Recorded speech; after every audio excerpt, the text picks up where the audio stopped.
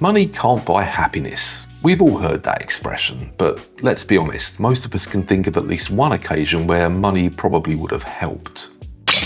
And that's why this phrase needs some nuance, because it often sounds like money doesn't matter. But that's certainly not what research from psychology shows. So in this video, I'll tell you what this advice gets right, what it leaves out, and what a better version of it would look like. Let's start off by considering why the whole money can't buy happiness advice became so popular. Well, first of all, it does contain a valid warning about a psychological trap that it's all too easy to fall into. Once I earn X amount, I will finally be happy. And then you earn that amount, but rather than immediately find happiness, you end up thinking to yourself, okay, what's next? Psychologists call this hedonic adaptation. Positive changes feel big at first, but then they become your new normal. But there's also another reason why the whole money can't buy happiness advice rings true for many of us. And that reason is social comparison. We don't judge our lives in a vacuum. We judge them by comparing ourselves to the people around us, especially people who we view as similar to us. So if your income rises, but then so does the income of those around you, your idea of better starts to become normal. So the reason the advice that money can't buy happiness endures is that it says something very real about adaptation and social comparison, and the capacity of these things to negate increases in happiness that might come about from having more money. But here's the problem. People take a useful warning and turn it into an overstatement. They hear money can't buy happiness and conclude money doesn't matter at all. And that's where the research from psychology gets misrepresented. To find out why, we need to look at a famous study that people often cite in support of the whole money can't buy happiness advice. In 2010, Kaheneman and Deaton analysed a large sample of the US population. They looked at income and well-being. Note here that I used the term well-being as opposed to happiness. We'll return to that in a minute. Out of that study came a simplified headline. Happiness rises with income and then plateaus around $75,000. And then that figure of $75,000 became the whole story. But the paper's actual methodology and findings were more nuanced. Because when psychologists study happiness, they often break it down into parts of something broader called subjective well-being.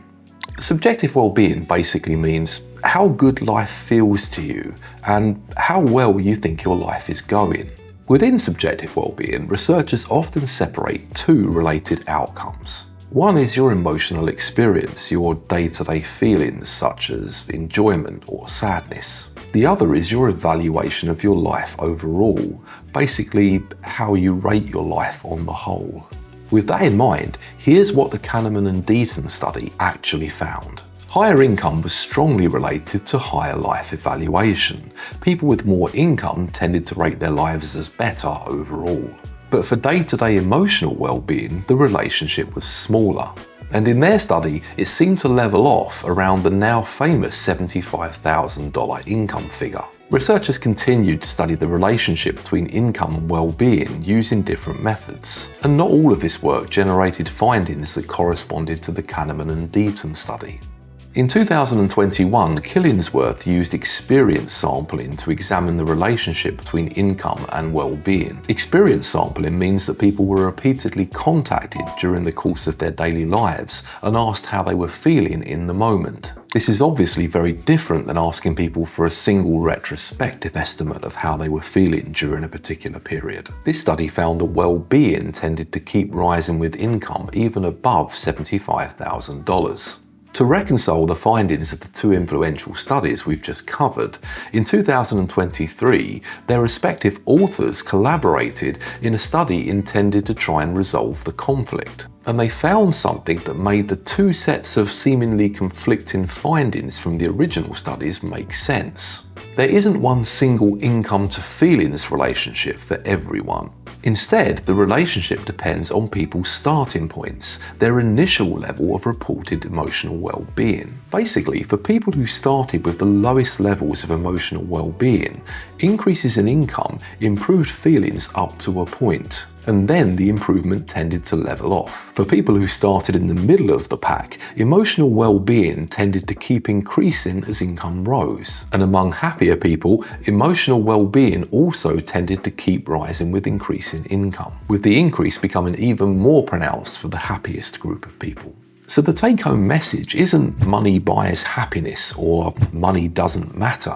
It's income is related to well-being, but the relationship depends on what kind of well-being you mean. And for emotional well-being, the relationship can also vary across different people.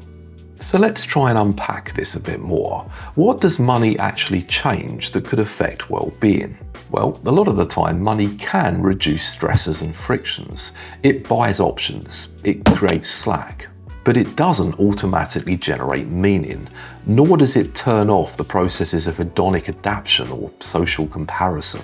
So if money can support well-being, the practical question becomes, if you do have extra money, are there ways of using it that are more likely to improve your well-being than just buying more stuff? One consistent finding in the research is that spending money to save time is linked with increased well-being.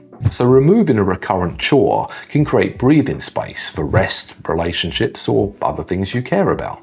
Another consistent finding in the research is that experiences often produce more long-lasting satisfaction than material upgrades, because experiences are more likely to become stories, memories, and connection, and you can revisit them psychologically in a way you often can't with material possessions. Another consistent finding is that pro-social spending, or spending on others, is linked with increased positive feelings. One reason for this is that it can strengthen relationships and connection is a reliable component of well-being. Here's a better version of the phrase, money can't buy happiness.